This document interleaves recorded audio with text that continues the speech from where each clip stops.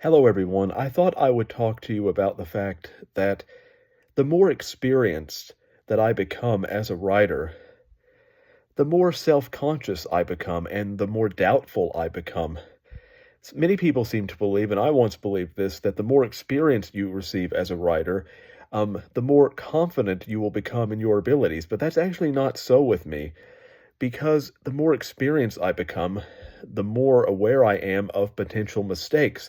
And also, the more experienced I become, the more I start to compare myself to other writers or to my own work. I can't tell you how many times that where I've been writing a book and I think to myself, um, this doesn't seem as good as my previous work, or sometimes this doesn't seem as good as my previous chapter even, and that can stifle me.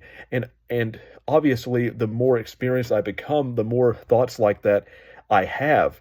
I'm in constant competition with myself, and so that is the negative side of experience.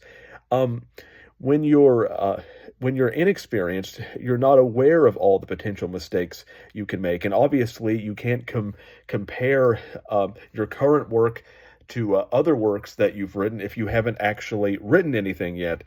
And so experience can make me self-conscious, and I can start to over-edit my work and overwrite my work because for example, sometimes I can think to myself, well, I've used that word too many times. I need to go back and change some of these passages. Of course, when I do that, sometimes I end up having to change other things, and sometimes it can create not necessarily a mess, but it can create some contrivances that can be difficult to solve.